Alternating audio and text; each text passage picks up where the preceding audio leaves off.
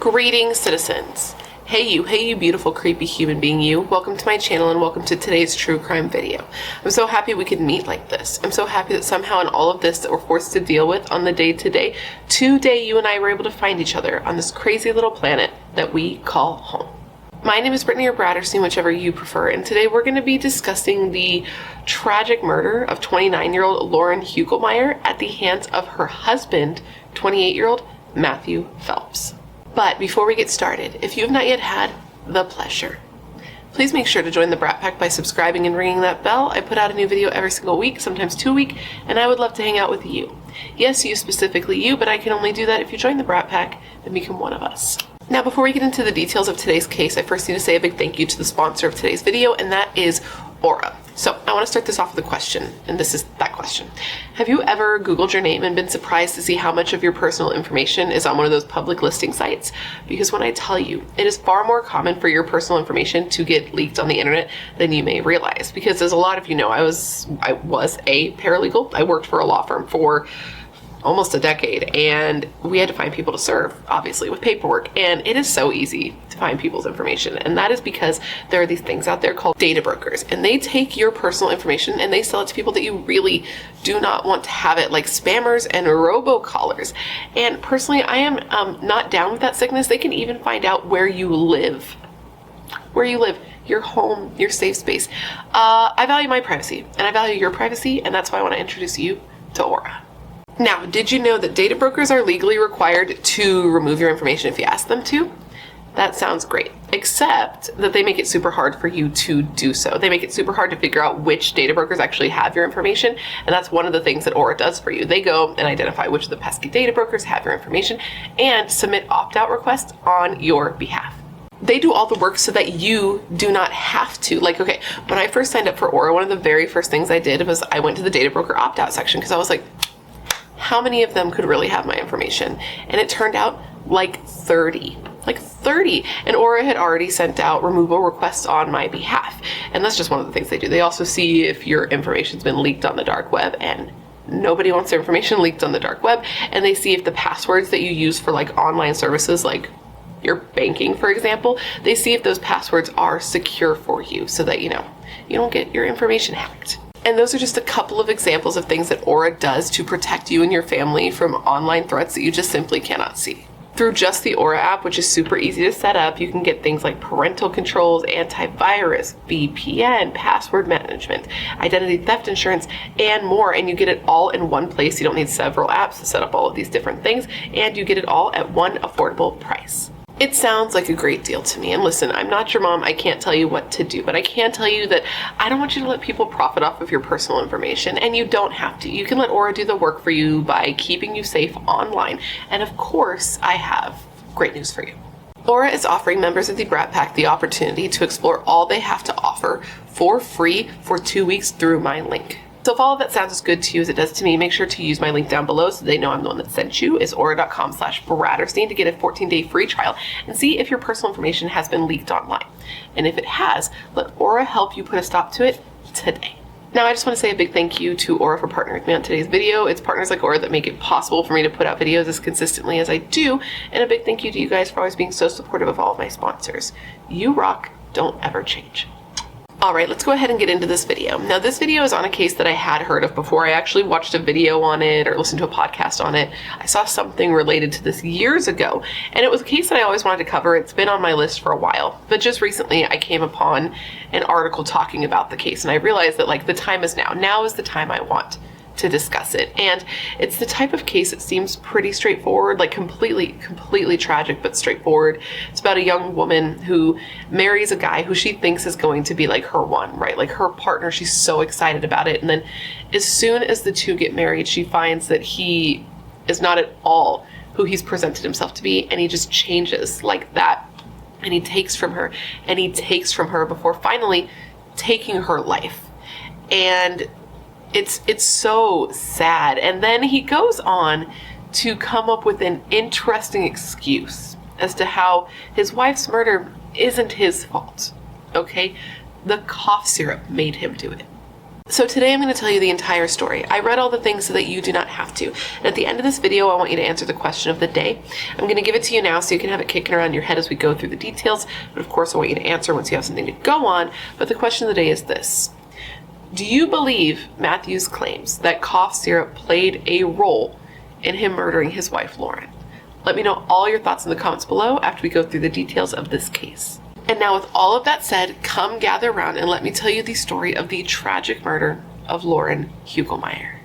Our case today begins in the early morning hours of September 1st, 2017, and this was in Raleigh, North Carolina. It's just about 1 a.m. when a frantic call comes into 911.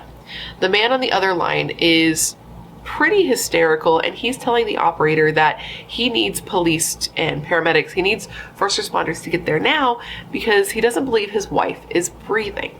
So the operator is talking to this man and trying to get more information out of him, and from doing so, they were able to learn that this man, this is what he said, he had gone to bed, he had had a weird dream, and when he woke up and turned on the lights, he found his wife dead on the bedroom floor, and he was covered in dried blood, and there was a knife in his bed. In this moment, he straight up tells the operator, quote, "I think I did it." As the call goes on, he explains to the operator that he had taken medicine and that he had likely taken more medicine that he should have because he had trouble sleeping at night. And this medicine, by the way, was Cortisone, cough and cold. And he took the medicine because he knew that this particular medicine, quote, made you feel good. As the call goes on, because the call lasts about 6.5 minutes, the man gets more and more upset, progressively more upset, to the point that when the operator asks him to go to his wife and try to perform life-saving measures, he says he can't because he's scared. He just says over and over that he's scared and that he can't believe that this has happened and that his wife didn't deserve this. This call ended when police arrived at the 2-bedroom townhouse located at the 5200 block of Patuxent Drive to find 28-year-old Matthew James Phelps sitting outside on the porch. And inside they find an intense scene. As they enter the couple's bedroom, they see that there's blood everywhere. On the bed, the carpet, the walls, with one officer saying that the scene was particularly gruesome. Then there on the bedroom floor laid Lauren Hugelmaier. She was curled into the fetal position with hair clenched in her fists. So naturally, she was rushed to the hospital, WakeMed, but unfortunately, she was not able to be saved and she was pronounced dead, with her autopsy later determining that she had 123 cuts and stab wounds. And her husband was claiming that he did not remember this happening due to the cold medicine that he took. So now let's back up a little bit and talk about how we got here. Now, as usual, I want to start by talking about Lauren because she is who really matters here. Lauren Ashley Nicole Hugelmaier was born on June 9th, 1988, and was one of 3 girls, with her and her sisters, Beth and Brianna, being born to parents Lori and Dale. Lauren was just said to be a good person, a friendly person, somebody who really cared about other people, but in a genuine way, not wanting anything in return. She was a member of Hope Lutheran Church, and she took particular pride in her participation with the children and youth ministries because church was just very important to her. Well, church and family. Her and her family were very close. They were a tight-knit family, with her and her sisters being more like friends than just siblings, with her having a particularly close relationship with Beth. And she also was very close and loved her nephews. She was very proud of her nephews. They called her Aunt Nini, and they were just some of the most important people in her world. She also loved animals, particularly her dog Cooper Hugelmaier, that's so absolutely precious to me that dog was like her baby. You know, in her Facebook bio, it even said the first line was, "Love my babies / fur mama." And her profile also said that she loved fashion, family, coffee, and good smells. And another thing that her family said that she really loved was the idea of just having a beautiful life with a husband and a family. She was the type of girl who really wanted to be a wife and mother. And what's sad is that for a short time, a shockingly short time, it seemed like Lauren was going to get what she wanted, because less than a year before she was killed, she married the man who she thought she was going to spend her life with, like the person she thought was going to be her partner and the father of her kids. And this was Matthew James Phelps. So Lauren and Matthew, I'm going to go between calling him Matthew and Matt. I can feel my mouth wanting to say Matt sometimes because Matthew just doesn't roll right, but I'm going to try to call him Matthew because we're not on a first name basis. But anyways, Lauren and Matthew actually met long before the two would go on to get married. They actually met in middle school back in Kentucky, which is where Lauren was living at the time, where he was living at the time. And then eventually her family moved to North Carolina, so the two separated. And I didn't see anything that said they were like, you know, in love in middle school. They were children, obviously, but they definitely knew each other, knew who the other person was, because they had gone to the same school. But that seems to be, at least from what I can find, the one thing they had in common at that time, because they definitely had very different upbringings and like home lives. Lauren, as I said, was super close with her family. She seemed to have come from a family that was stable, that cared about each other, that really, really loved her, and was like a strong support system she could have, like a stable life. And Matt seemed to have the complete opposite of that. So he was born to a mother who was very young and who I believe married his father as soon as they found out she was pregnant, because you know that is a thing that you do sometimes. But the two of them, Matthew's mother and father, were pretty young, so they felt ill-equipped to raise a baby, so he ended up being raised by his grandparents. Which, from what I've read, may have been the best move for him, because his parents didn't seem to have the most stable home life to provide for him. Like, first off, the two didn't end up lasting in their relationship with his father, I think just kind of dipping. I don't think he was involved in his life at all. And his mother kind of came and went as she pleased, right? She wasn't the one raising him, so she would just kind of pop in and pop out. And then when she would pop in, sometimes it would be with like new men who Matthew didn't know and who may not have been like the best role models to be around him anyway, because I did read one report that said one of these men, one of these like stepfather figures, showed Matthew a slasher movie when he was 4. And listen, you guys know I am a horror girly, but like 4 is a little young for that. You know what I mean? Like, I'm not going to show Charlie horror movies like that at 4, you know, like maybe, you know, Tremors, Gremlins, something less horrifying that gets into your brain and could or could not, we don't know. You know, you don't want to make them weird. And it's safe to say that Matt's weird. I'm not going to say that's why, but Matt's weird.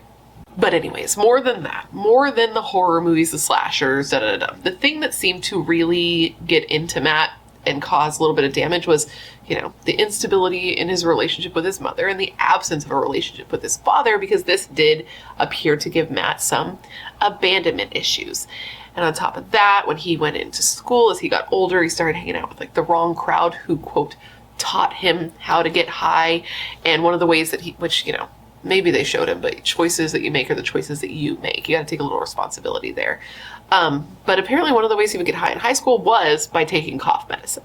But by the time Matt and Lauren reconnected, he had turned his life around. So this was 11 years after the two, you know, had previously known each other.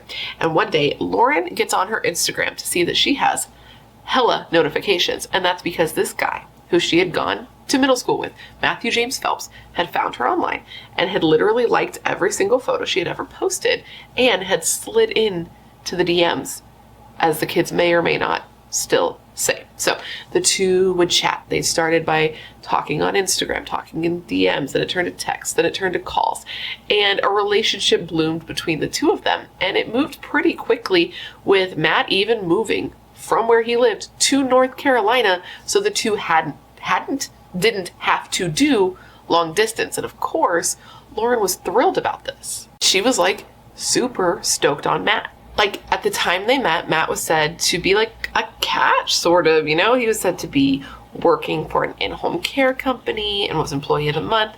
And this was something that Lauren was very proud of and attracted to, because she herself had serious work ethic, sometimes holding down 4 jobs at a time, which is like a lot for anyone.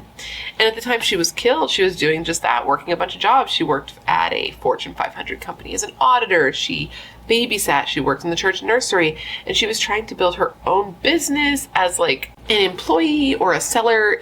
So the company was called Sensi, and it was an MLM. So I don't really, I know MLMs in like the very, very minimal sense, but people don't tend to love it. But either way, they are targeted towards women who want to try to like be their own boss and work for themselves, from what I know. And that's what she was doing. And you can see videos of her online, like on YouTube and Facebook, where she posted videos of herself trying to like sell her products. And they're very sad to watch now, because she just seems so like young and happy. And now she's gone. But the point is, she worked hard, man. Like even hours before she was killed, she posted a video to her page, like a video of her selling these Sensi products. Her passion in life was just to be driven. Like she wanted to be the best at everything she did. And she had a vision of what she wanted her life to be. And she didn't mind working hard to get there. And she thought Matt was the same.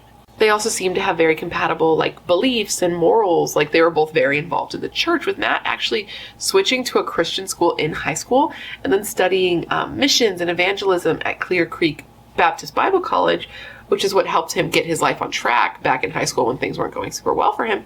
And he had even studied to be a pastor and wanted to be a pastor. Reportedly, this was his dream. So this was something that she also found very attractive. So Lauren was really happy. And once Matt moved to be closer to her, things moved very quickly, with her saying that him and her, like their relationship, was the most important thing in her life. And that she was so blessed to have him in her life. And in the beginning, at least, it seemed like he was really fitting in. Like, as I said, Lauren and her family, very close. They talked all the time. They would have weekly dinners. Like Tuesday night was family night, where they would all get together. They would eat together. They would play games. And Matt always came. And he always participated, which was huge, because that's not for everyone, right? Like some people are more introverted, want to be by themselves. They don't want to be with the whole family, especially for somebody like Matt, who that must have felt kind of otherworldly to him, since he didn't grow up in that kind of environment. Her family seemed to really like him. Her mother like treated him like he was one of her own kids. And her father liked him, but he was a little more cautiously reserved than everyone else, because things were moving pretty fast, right? He moved here. He was already super entwined with his daughter's like life. And Lauren and her dad were very close. She was said to be a daddy's girl from the moment she was born. So to have this guy getting super close to his daughter so fast, and then before long asking for permission to marry her, it was moving pretty fast for him. But he did, end up giving the blessing, because he saw how happy his daughter was, but he made sure to tell Matt, like make Matt promise that he would protect her. So with that, in 2015, the two were engaged, and everybody was super stoked about it, especially like Lauren and her mom, because you know moms. Moms really do be momming sometimes, especially when like weddings are involved. They like to be involved in that. I don't want to say all moms, but a lot of moms do be momming in the wedding respect. So their wedding was scheduled or set to be had in November of the following year. And turns out this was actually not going to be Matt's first time down the aisle. He had been married and divorced before. And this was something that Lauren knew, and she had told her family about, but they didn't know a lot of information about it, right? So on one of these family nights, the Tuesday night dinners, when everybody got together, they were playing a game. They were playing 20 questions. And I guess Matt was asked about this by Lauren's dad. Like, so you were married before. What happened, pal? And Matt was kind of vague about it, which made her family uncomfortable, because like they were open. They wanted to know what was going on. He didn't seem forthcoming with that information. And the most information they could get out of Lauren was that he had been married before, and the woman had like cheated on him, and it didn't work out, and that was it. So even though her family was kind of uncomfortable about the whole thing, like it had happened and they had to move on. They had a wedding to like plan. But in the meantime, the wedding's out in the future. In the more present time, which I guess is the past for now, but in their time, it was more present. They had an engagement party to throw, and they're very excited about this. And Matt only had like 2 people who were going to come for him. It was like an old childhood friend and an old college friend. But Lauren, of course, had like a ton of people there for her. Now, nobody expected this, including Matt, because as I said, he and his mom weren't particularly close. But she surprised him by actually showing up at his engagement party for his wedding to Lauren, for his marriage, his soon-to-be marriage to Lauren. And she wore a white dress. And listen, I'm not traditional, I'm not fancy, I didn't have an engagement party, but even I know you don't wear white to like anything wedding related if you're not the bride. That's just like not the thing you do. And she did it. And listen, I don't know, maybe she had an emergency. Maybe that emergency is that she looks super good in white. I don't know. But the fact is, she showed up, she's wearing white. That's already tense. And it seems like the air in the room was tense in general because Lauren and her family could tell right off the bat that Matt's mom didn't seem to like her. Throughout the whole relationship, she didn't seem to like her. She never felt loved by Matt's family, never felt cared for by Matt's family. And it seemed like his mother would go out of her way to make Lauren feel unwelcome and uncomfortable. And I guess it got to the point that Matt told her, like, listen, me and my mom aren't that close. Like, don't let how she feels about you interfere how you feel. But of course, like, she's a human being. That's not really going to work. Especially because like Lauren grew up in a family that was so welcoming and inviting. So of course she and her family wanted Matt's mom to feel welcome and like she was one of them, but it didn't seem like that was going to be happening. But anyways, let's fast forward now to the wedding. The wedding took place in November of 2016, so less than a year before Lauren was killed. And the wedding was very pretty. It was very sweet. Matt and Lauren had, you know, things in common, things that they both really liked, like Disney and Harry Potter. Which is Harry Potter Disney now? I don't know. I don't know if they ever were. Star Wars is, though. That's another thing they really liked, is Star Wars. And I guess they had sort of like Star Wars incorporated into their wedding. Like all the guys, all the groomsmen had lightsabers. And there's a photo of Matt and Lauren with lightsabers together at the wedding. And it was just very cute. But the wedding was also a little awkward. Apparently, again, Matt's mom made the day more difficult than it had to be because Matt wanted his father and his little brother to be there. And like he had other family there. His mom, his grandparents were there, but he also wanted his father and brother to be there. But his mom was like, yeah, no, if you want them there, like it's them or me basically. And that's because she didn't want to see her ex. She wasn't close with her ex anymore. Obviously, I mean, not obviously, some people are, but she wasn't. And she also didn't want to see his new kid. So Matt tells his friends about this and they're like, what the fuck? It doesn't matter. It's your day. You have who you want there. It's not about her. And you know, I never actually saw how that turned out, like who ended up being at the wedding. But I know his mom was there, so maybe they didn't come, or maybe they did come and it was awkward. I don't know. But another thing that was awkward is that she was like rude to Lauren on her own wedding day, which is like, ma'am, get it together. It's crazy to me. I can't imagine being this type of person. But I guess, okay, Lauren and her family had this type of photo that they would take for every milestone in their kids' lives. And basically the photo was the kid, which was Lauren in this case, and her mother kissing one cheek, father kissing the other cheek, and they always did it. So at the wedding, they did this as well, and it's a very sweet photo. I saw it. And I guess like Matt's mom was standing off to the side watching this happen. And once the photo was taken, she like went to the photographer and was like, okay, now I want a photo. And like pushed Lauren out of the way so that she could take a family photo with just Matt. And listen, the way this shit would not fly at a wedding with my family, like if she actually physically pushed her, it would not be tight for this particular lady. It's just funny. I'm picturing like, some stuff that happened at my sister's wedding and how like disrespect is just not tolerated. And like, wow, this woman had some balls, especially because she doesn't know them. She doesn't know like what's going to be acceptable and what's going to get her thrown out, you know, but that's what they said happened. But regardless of all of that, the day was what the day was. And Lauren did seem to be so happy. Like she posted so many photos on social media talking about how it was like the best day of her life. And under the photo that or one of the photos that she posted of her and Matt on their wedding day, she put the caption, quote, "Our day was the most special day of my life. The excitement was like Christmas morning times 10,000. I am so blessed to have this handsome man to call my husband." But the thing is it didn't take long for her to not feel that way, because it seems like pretty immediately after the two got married, Matt changed. Like he completely changed and he was not the person that she married. He got jealous and possessive out of nowhere. Like Lauren had this close friend. They had been friends a long time. I believe they were friends from church. And Matt got super jealous of this friend, saying that he knew this friend had feelings for Lauren. And she was just like, well, like he's my friend though, and I can't control how he feels. I can just control, well, not how she feels either. Nobody can really control how they feel, but how she reacts to how she feels. So what is she supposed to do? Like she can't control other people. But this wasn't sufficient for him. He was still upset, and he seemed to be very insecure, right? He seemed to have the mindset of like, why would she be with me? And because he couldn't understand why somebody as good as her would be with him, he was like, oh, obviously she's not happy with me, and so obviously she must be cheating. But here's the thing. This is a guy, right, who doesn't think he's good enough for the wife he has and thinks she might be cheating because of that. But yet he does nothing to try to like better himself to be the man that he thinks she deserves. He stops being able to hold down a job, like he switches jobs over and over. He can't keep anything for a substantial amount of time. He stops going to church, and for a guy who had sold her the promise of like wanting to be a pastor, being that into church, this was a huge deal for her. And he even stopped going to Tuesday night family dinners with her and her family. Yeah. And so she ended up just showing up alone. So again, it just seems like after he finally got her tied down in a marriage, which he knew she wouldn't want to leave because she was religious and she didn't want to get married more than once. She wanted this to be her forever. He just completely changed, and he wasn't the man that he advertised himself to be to her. And all of the things that she found attractive about him, he no longer was.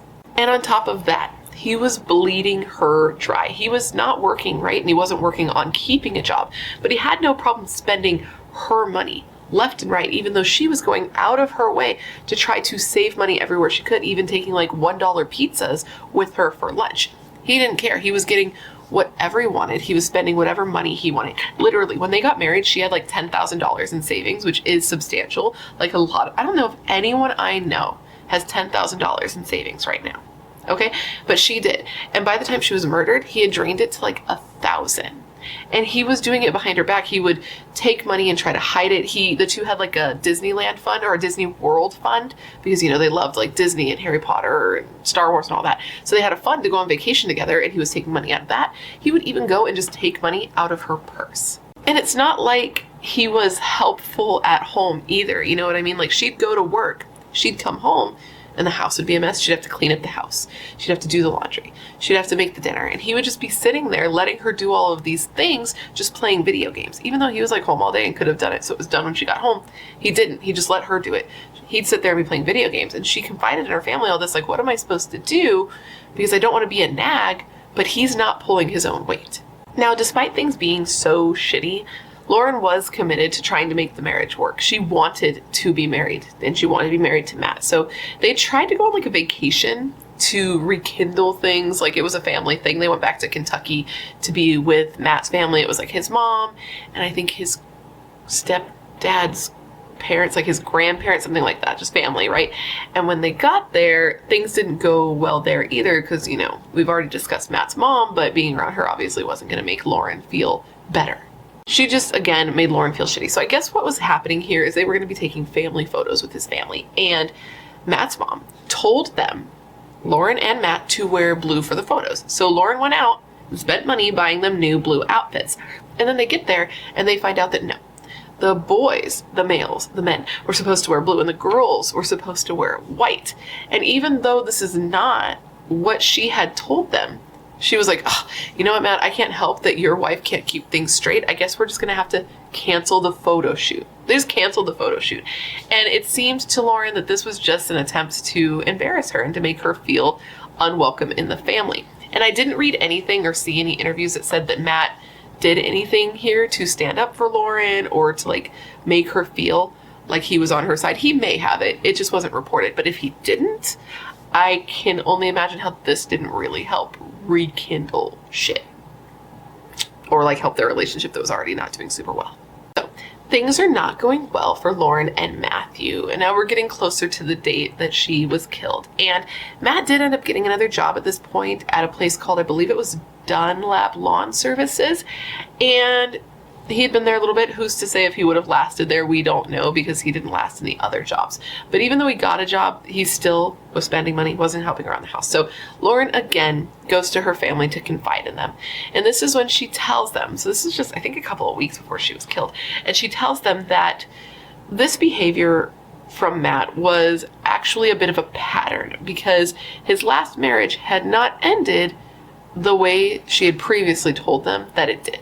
So as I said, he had been married before, and this was to a woman named Brooke. And apparently in his relationship with Brooke, there were a couple of reasons why it ended, but none of them were the ones that Matt said. So apparently it was him, not her, who was unfaithful. He cheated on her several times when they were just dating, and then again, like right before they got married. But each time she forgave him, and she gave him another chance. And then the two got married, and right after they got married, things changed for her too. He got abusive, he was extremely selfish, and he was spending all the money that she made before, like faster than she could make it. Apparently she would work like 40 hours a week, and he would not work, and he would just spend all the money, just like with Lauren. Lauren had been protecting him before by not telling her family this information, obviously, because she doesn't want her family to like think poorly of the man she's going to be marrying. But now that things are going bad for him and them as a unit, and she's seeing that they're going bad in the same way they had gone bad for him in a previous relationship, she told her family. Well, she told her mom and her sister. She didn't tell her dad. I guess they never told her dad about the issues going on in the relationship period because they weren't sure how he would react. But she told her mom and sister, and this is when they were like, oh, okay, like this is not good. Despite all these issues, though, Lauren wanted to make it work. Her sister said, like, she knew that Lauren was fed up. She was so tired and she didn't know what to do, but she wanted to make it work. She didn't want to get divorced. Even though it was bad and the two were constantly arguing, she still wanted to hold on. So Lauren, her mom, and her sister actually ended up having a sit down with Matt, which he seemed like on board with. And they came up with a game plan for like, you know, budgeting and saving money and what he could do to be more helpful. And he seemed to be like all about it. He seemed to be enthusiastic about the plan, but Lauren seemed to be less confident that he would actually stick to it. She didn't think that he'd do the things that he said he was going to do, and she didn't really seem to think things were going to get any better. And she was right, because now we're moving forward to the night that Lauren was murdered. Things did not seem to be going better between the two of them. They were still fighting. He was still spending her money. And now she felt disrespected by him because that night he went out with another woman. So reportedly what happened that night is a girl that Matt knew that I believe he used to work with came over to their house.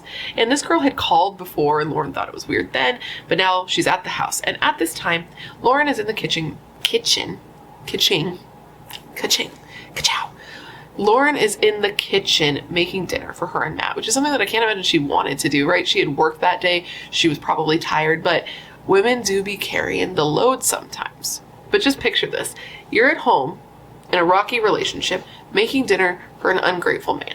When another woman knocks on the door, he goes to the door and then he calls to you and says, hey, I'm going to run out real quick because she needs help. And then he just leaves with her while you're in the middle of cooking dinner. No explanation, nothing. Well, Lauren did not handle it well, and apparently she was very pissed immediately. So reasonably, she started calling him, but he didn't answer, and he would send her to voicemail. She started texting him, but he didn't respond to her texts. Eventually, he finally did respond, just telling her to just go ahead and eat without him. And it was at this point that she was pissed. She texted her sister, and she's like, you know what, this is it. I'm done. He's ruining my life, and I'm not doing this anymore.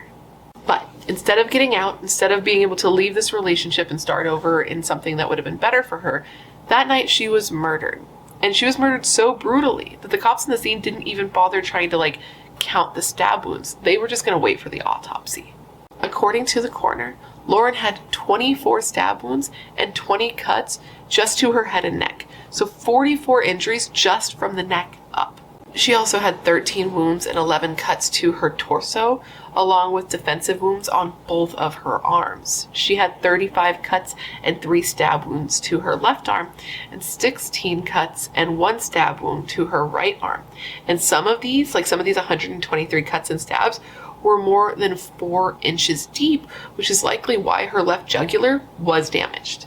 Investigators believe that Lauren had been sleeping on her side when Matt attacked her and started to stab her, and they believe that he rolled her over and then stabbed her in the face, with the stab being right under her right eye. And I saw an interview with her family where they said that they had heard that he also had her on the ground on her stomach, and he was just stabbing her over and over in her back. So police arrived at the home that night after they received that frantic 911 call from Matt saying he believed he killed his wife. And some investigators stayed at the scene, like he was taken away, Matt was taken off, but some investigators stayed at the scene so that they could start going through the house and taking, items into evidence. And some of these items were, quote, a white bedspread, a white sheet, a gray and white comforter, and several pillowcases that were marred with an unknown red substance.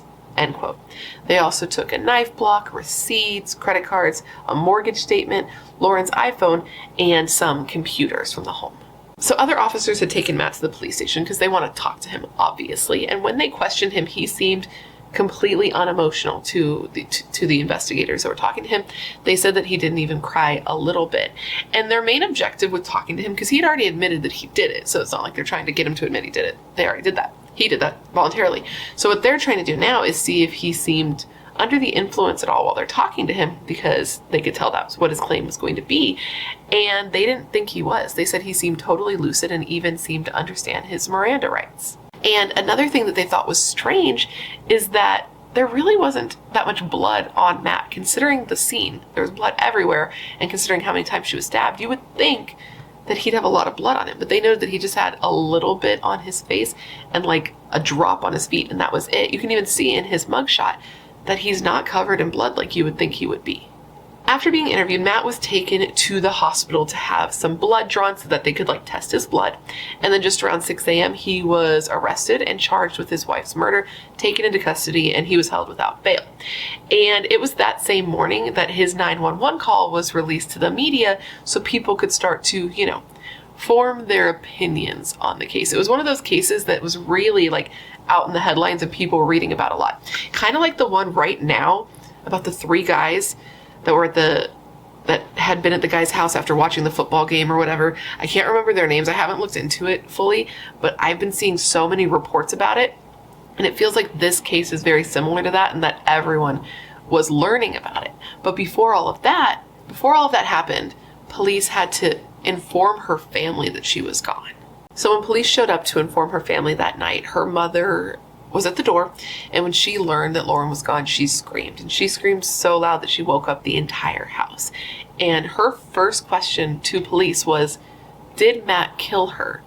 And they were like, yeah, he did, but how did you know to ask that question? And she said that she just knew.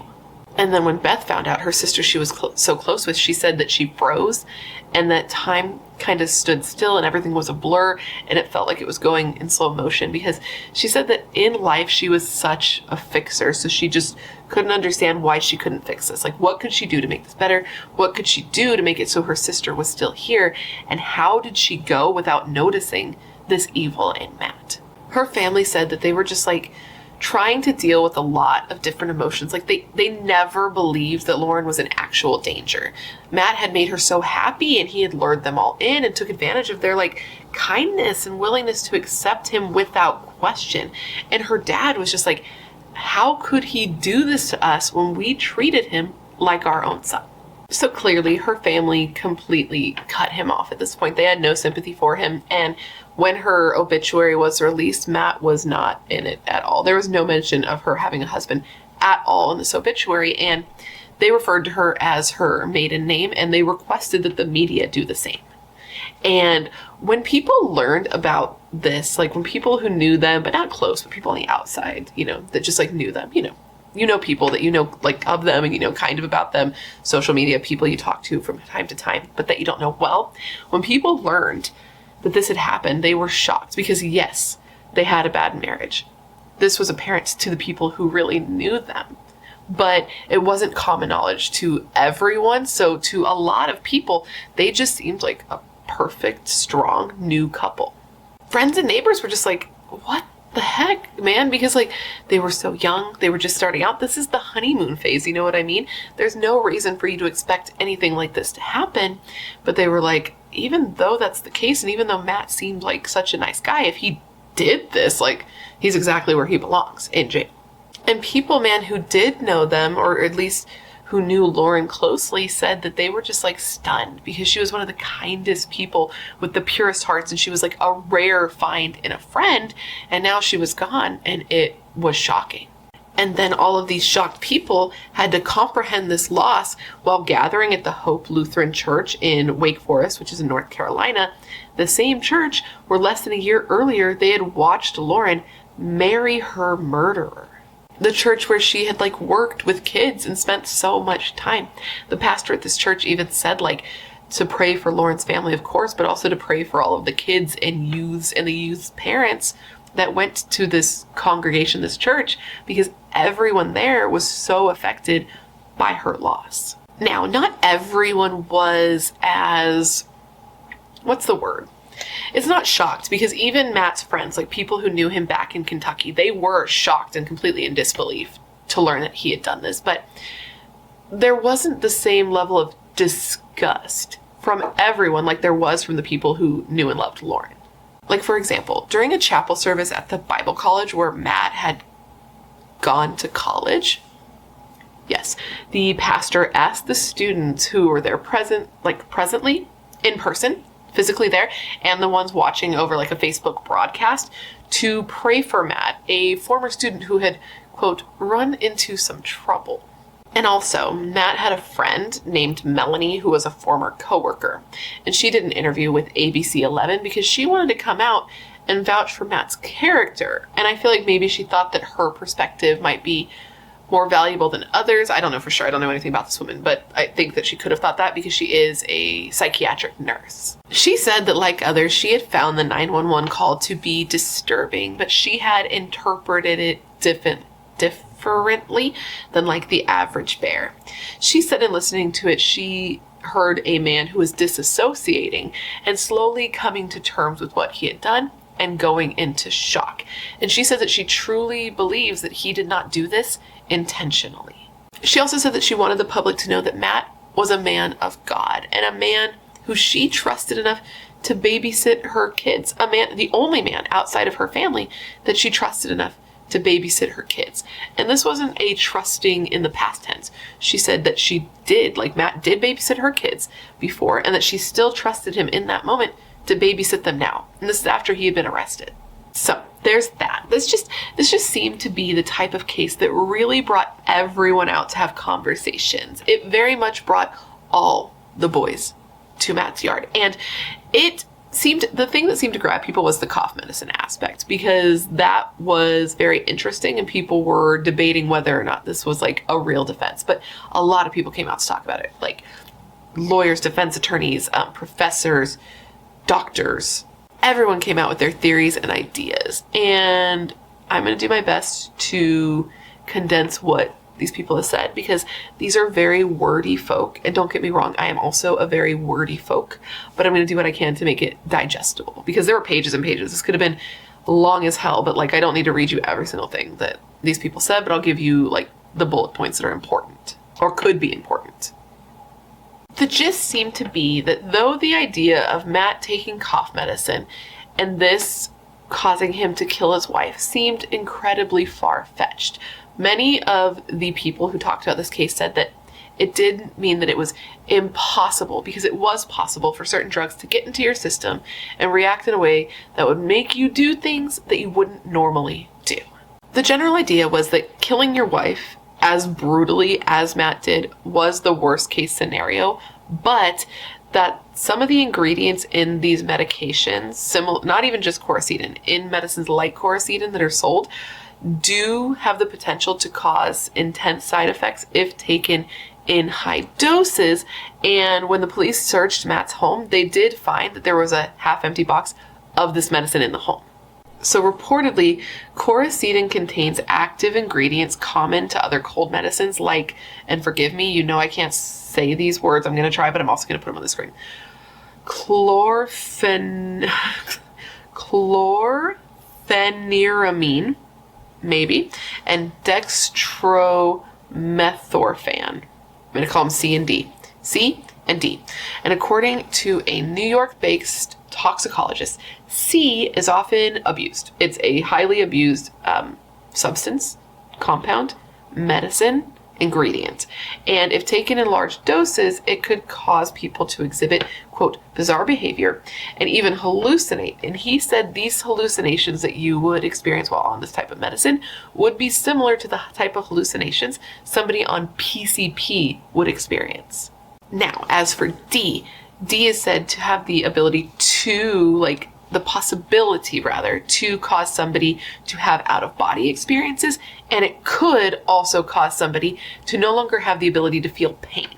Also, a professor at UNC School of Pharmacy also said that it is notorious, D is notorious for causing hallucinations, euphoria, and agitation if taken in too high of doses, though she adds that she's never heard of anyone committing this level of violence. But she did say that it was possible. It would just depend on the dose he took and what else was in his system at the time that he took it.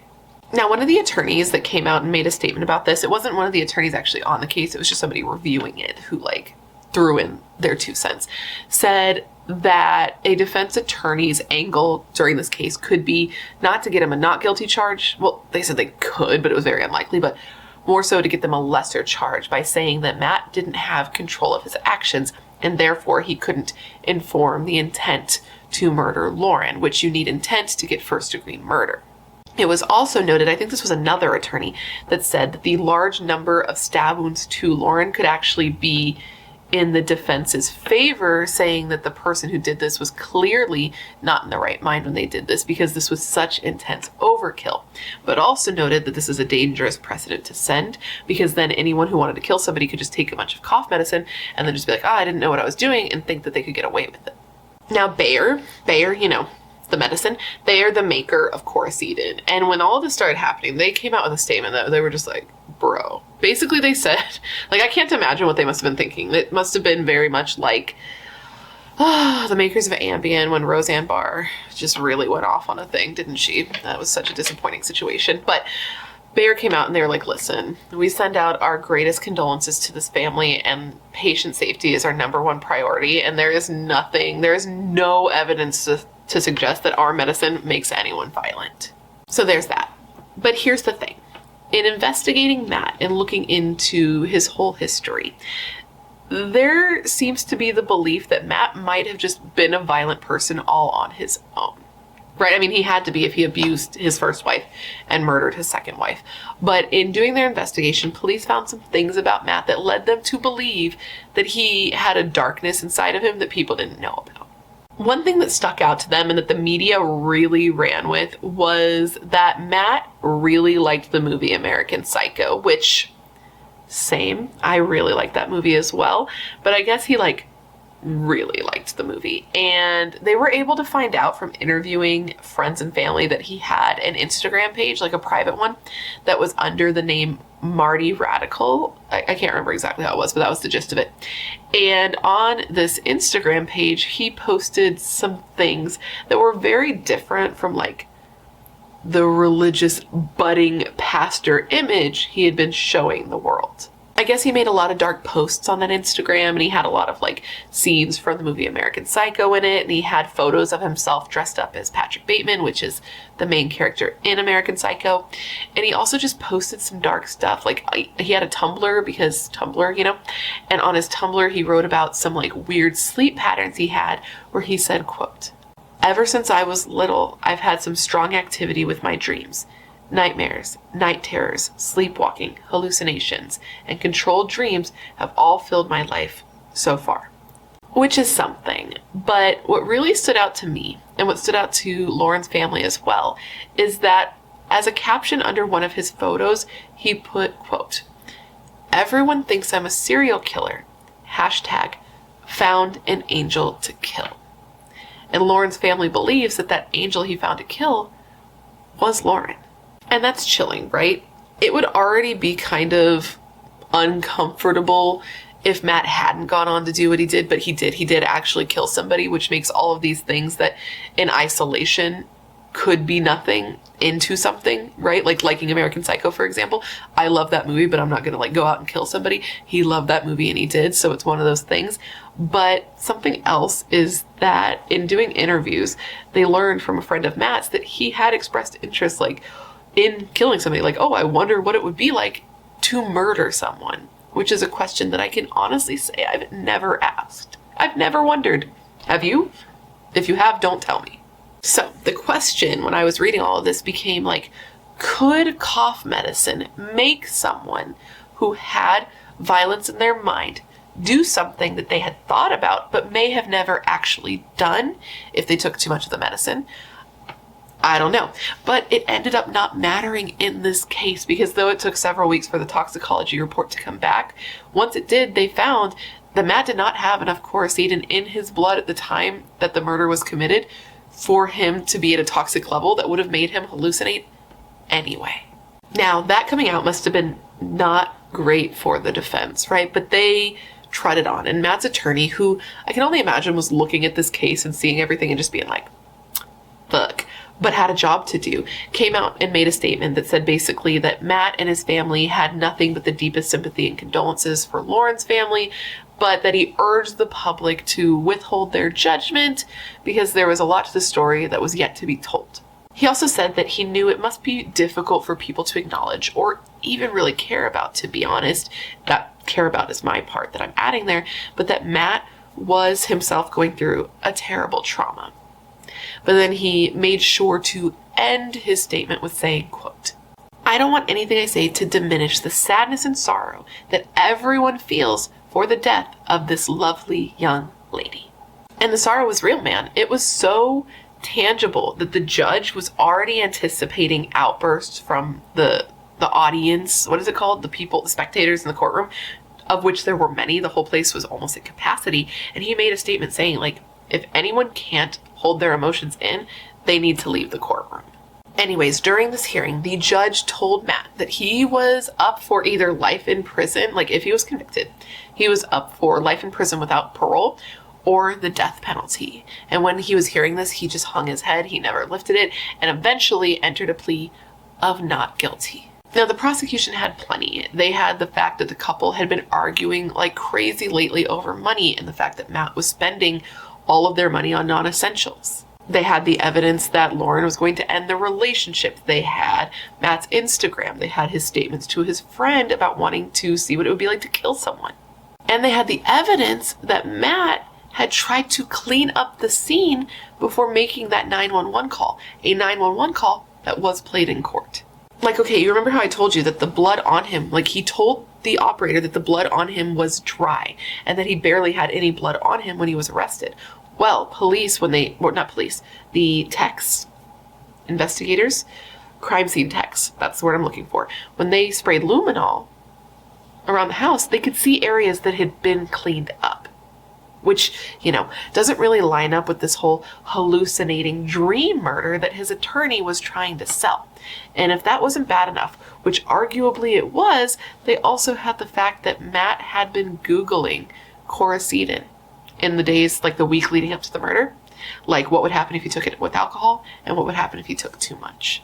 Now, Lauren's family and friends were here for all of this. They heard all the details. They heard everything he had been hiding, and they cried a lot, especially when the knife was shown that had been used during this, very intense and prolonged attack.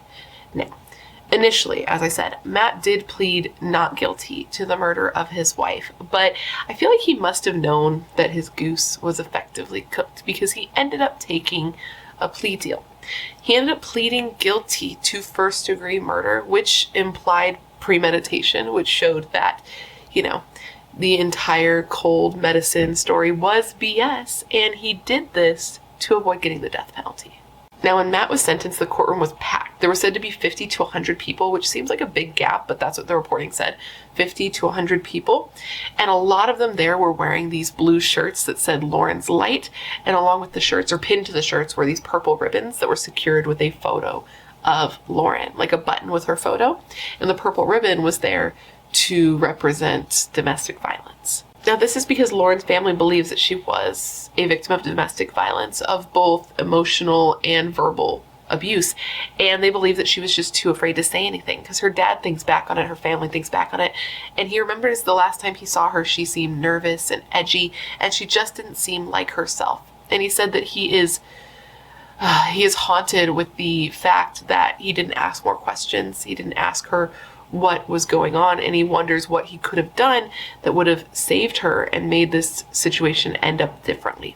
And he said specifically of this quote, "I think about it every day, what I did wrong, what I missed. To this day, I just regret not knowing or keeping my eyes open and watching. I just took everything as is." He said if he could tell his daughter anything, it would just be that he was sorry because he feels like he let her down and that he should have seen what was coming. Which is so sad, man. I can't imagine living feeling like that. It sounds like hell on earth, but that's how he feels. And her family just feels that she was done, right? She had been abused and she was over it. She was done being treated poorly by him. And she was already at that point, and then he left that night with that woman, and that was it for her. She was not going to deal with it anymore. Even though she had wanted it to work, even though she was clinging to this idea of marriage should be forever, she was done. She told him she was done, and he killed her for it. They never believed that cold medicine was to blame, ever. As soon as they heard it, they're like, that is bullshit. What they believed is that he could not stand the idea of yet another failed marriage. He already wanted to kill someone, and this was his perfect and last chance. Lauren's sister said of this quote, "I think that he made a decision that day that Lauren was not going to leave him, even if that meant he had to kill her. The police called him a monster, and we're talking about homicide detectives who see homicides every day. That's how brutal it was. And now he was going to be sentenced. And when he was sentenced, that courtroom was packed with people there for Lauren, and no one was there for Matt. No one, not even his family. And they were kind of involved in the beginning, I guess. Like, they weren't really, though. They never showed up, I think, to any of the hearings. They weren't even at the first hearing. They just made a statement saying that, they were really far away and they were doing everything they could in their power to support Matt. But now he was being sentenced and he was totally alone. Anyways, the judge asked Matt if he understood that he was admitting to murder. And he said yes. And then he did make an apology where he said, quote, "I'm sorry that I took away Lauren's life. This was a senseless and mindless act, and I regret every step that led me in that direction. I consider my own life worth nothing in the shadow of the tragedy weighing over my mind and on the hearts of so many people in this room today. I feel like a monster. I hope my life will be an example of the consequences for those who think that drinking, drugs, and carelessness will only affect themselves and no one else." He ended his statement by looking at Lauren's family and saying, quote, "I hope you will begin to see that I am doing everything I can from here to show you I am sorry."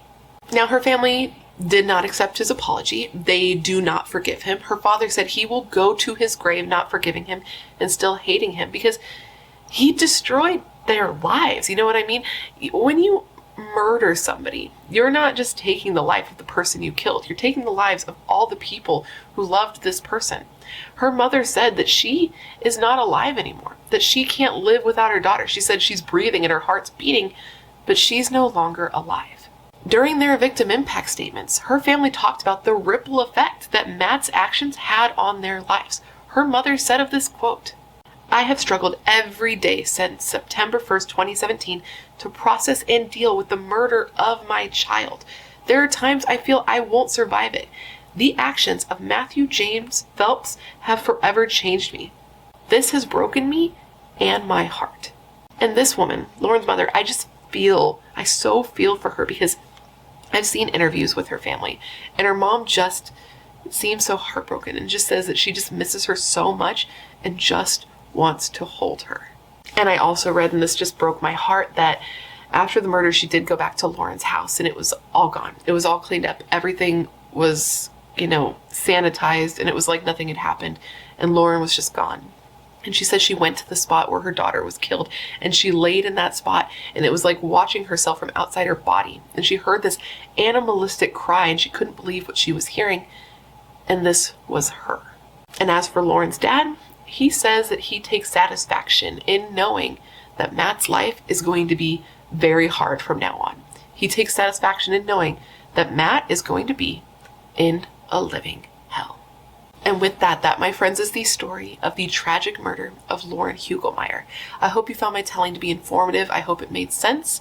And of course, I just want to thank you for remembering Lauren with me today. Now, considering everything I told you throughout this video, I want to revisit the question of the day, and that was this. Do you believe that cough medicine played any part in the murder of Lauren Hugelmaier.